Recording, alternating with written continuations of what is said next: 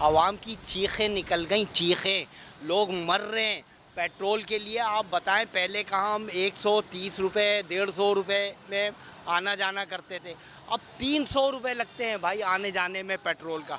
दिन भर में आप यहाँ से अगर कहीं जा रहे हो तो 400, 450, 400 ऐसे पेट्रोल लगता है। सवारी पैसे नहीं देती है और रात को ये 300-400 घर ले जाते हैं। बहुत मसला हो गया, परेशान हो गए। और गाड़ियाँ भी दूसरे की, अपनी नहीं है, उसको भी देने हैं 400 रुपये रोज़, अपना भी निकालना है, पेट्रोल का भी निकालना है।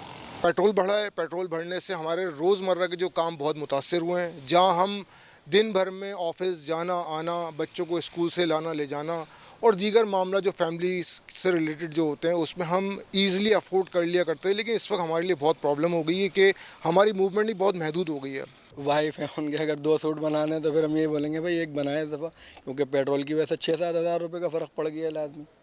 अभी गवर्नमेंट को भी सोचना चाहिए इस चीज़ का कि सैलरीड पर्सन के अलावा जो बेचारे रोज़मर्रा के जो दिहाड़ीदार मुलाजमीन हैं उन गरीबों का क्या होगा, क्योंकि हमें तो चलो पर मंथ मिल जाती है, लेकिन उनकी रोज़ की कमाई होती है, वो बेचारे किस तरह सर्वाइव करेंगे।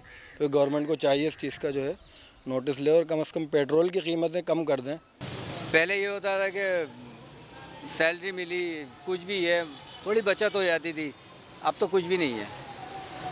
अब सिर्फ जो है ना बस कमाओ खाओ गुजारा करो।